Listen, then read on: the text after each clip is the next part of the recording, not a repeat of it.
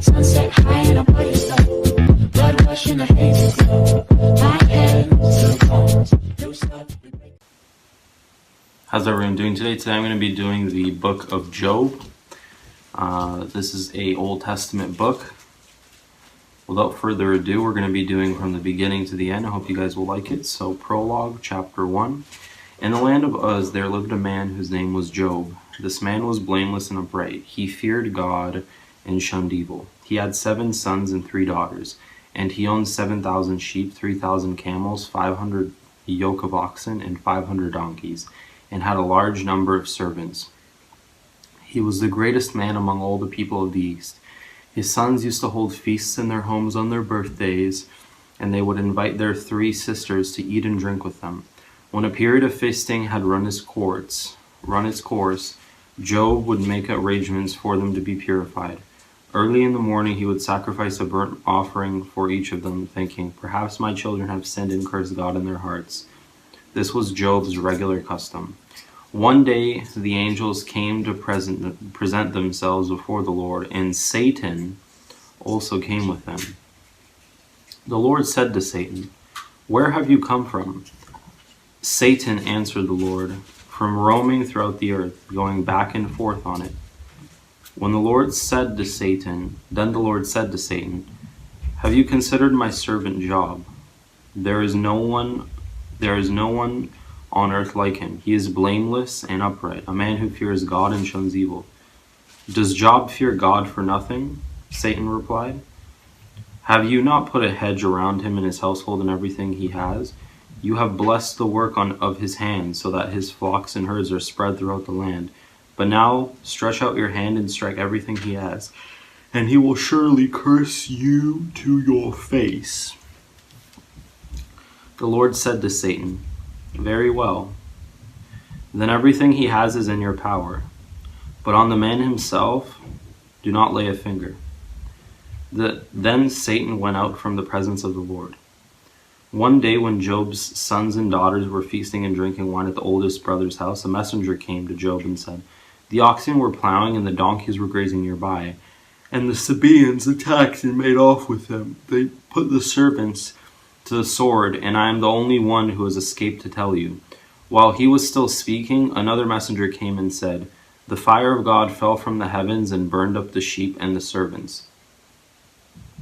And I am the only one who has escaped to tell you."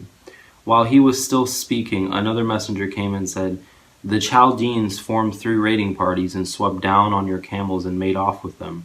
They put the servants to the sword, and I am the only one who has escaped to tell you." While he was still speaking, yet another messenger came and said, "Your sons and daughters were feasting and drinking wine at the oldest brother's house, when suddenly a mighty wind swept in from the desert and struck the 4 corners of the house. It collapsed on them, and they are dead.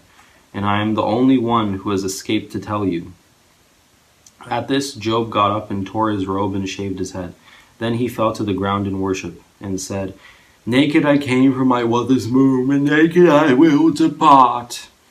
The Lord gave, and the Lord has taken away. May the name of the Lord be praised." In all this, Job did not sin by charging God with wrongdoing. Chapter 2. On another day, the angels came to present themselves before the Lord, and Satan also came with them to present himself before him. And the Lord said to Satan, "Where have you come from?" Satan answered the Lord, "From roaming throughout the earth, going back and forth on it." Then the Lord said to Satan, "Have you considered my servant Job? There is no one on earth like him. He is blameless and upright, a man who fears God and shuns evil, and he still maintains his integrity, though you incited me against him to ruin him without any reason." "Skin for skin," Satan replied. "A man will give all he has for his own life. But now stretch out your hand and strike his flesh and bones, and he will surely curse you to your face." The Lord said to Satan, "Very well, then he is in your hands, but you must spare his life."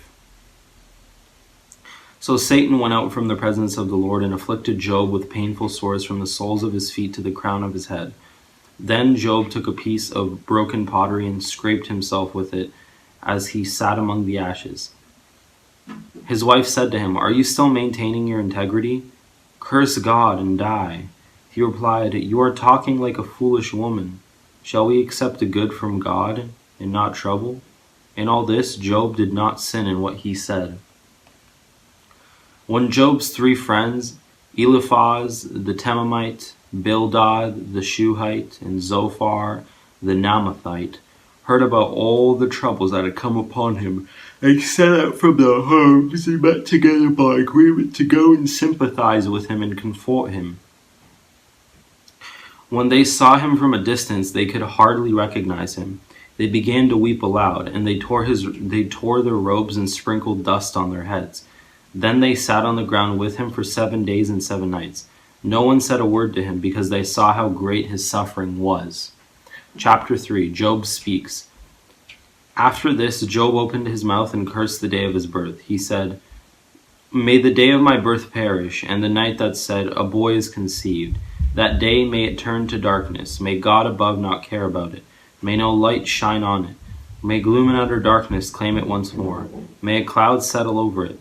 May blackness overwhelm it. That night may thick darkness seize it.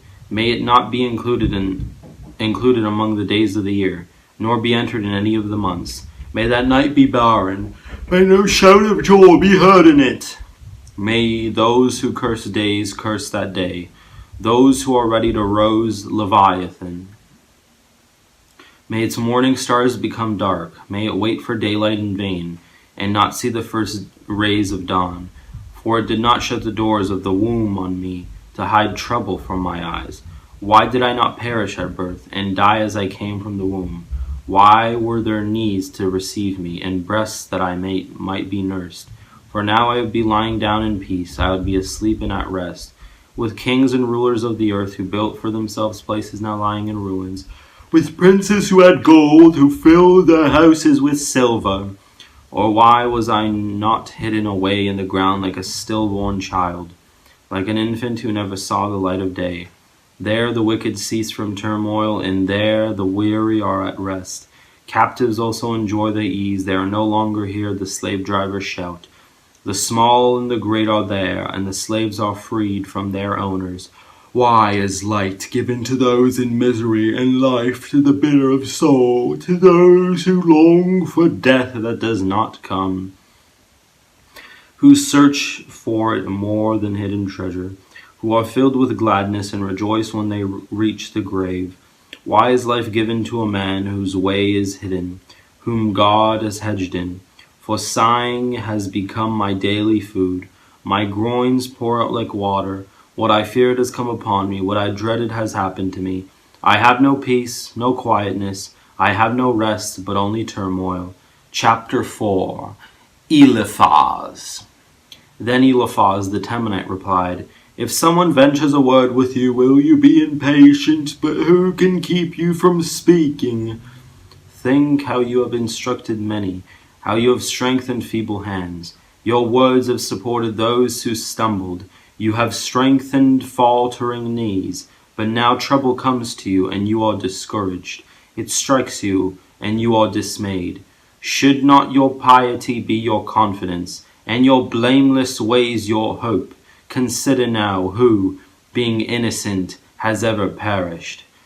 Where were the upright ever destroyed? As I have observed, those who plow evil and those who sow trouble reap it. At the breath of God, they perish. At the blast of his anger, they are no more. The lions may roar and growl, yet the teeth of the great lions are broken. The lion perishes for lack of prey, and the cubs of the lioness are scattered. A word was secretly brought to me. My ears caught a whisper of it. Amid disquieting dreams in the night, when deep sleep falls on people, fear and trembling seized me and made all my bones shake. A spirit glided past my face, and the hair on my body stood on end. It stopped, but I could not tell what it was. A form stood before my eyes. and I heard a hushed voice. Can a mortal be more righteous than God? Can even a strong man be more pure than his Maker?